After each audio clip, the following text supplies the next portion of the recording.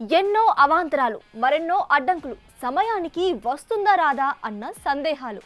ఎట్టకేలకి వీటన్నింటినీ దాటుకుంటూ థియేటర్స్లోకి అడుగు పెట్టేసింది కాంతారా చాప్టర్ 1.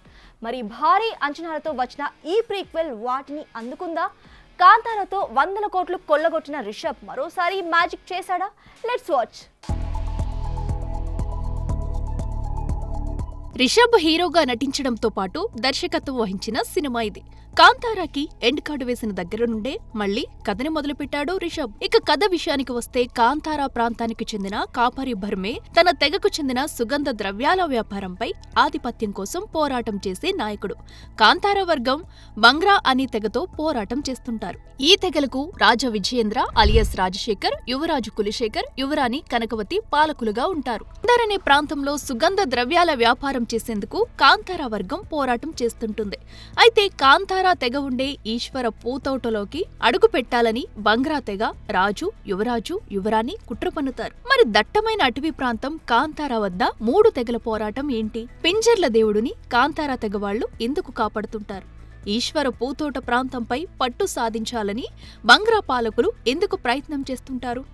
యువరాణితో కాపారి భర్మే ప్రేమాయణం ఎక్కడి వరకు వెళ్ళింది?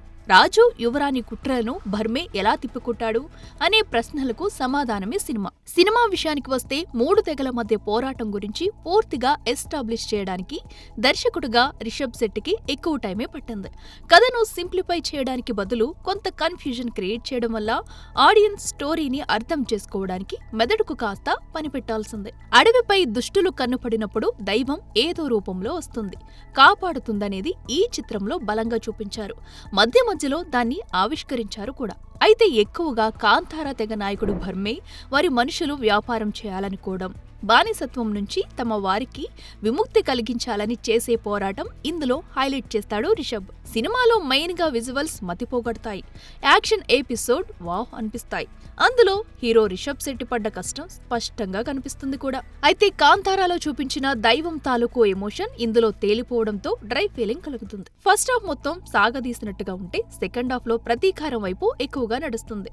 సరిగ్గా నడవాల్సిన కథని అనవసరమైన ట్రాక్లు ఎక్కించి డైవర్ట్ చేసి అటూ ఇటు తిప్పి చివరికి ఎండ్ పాయింట్ కి తీసుకొచ్చినట్లు క్లియర్ గా కనిపిస్తుంది. అయితే కథలో అక్కడక్కడ డ్రాప్స్ కనపడ్డా క్లైమాక్స్ ని మాత్రం ఓరెంజ్ లో డిజైన్ చేశారు. అది బాగా వర్కౌట్ అయింది.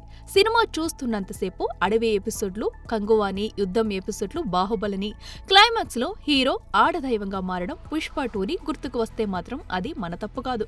ఇక టెక్నీషియన్స్ విషయానికి వస్తే, ముఖ్యంగా ఆర్ట్ వర్క్ అయితే For more videos like this, subscribe Big TV channel.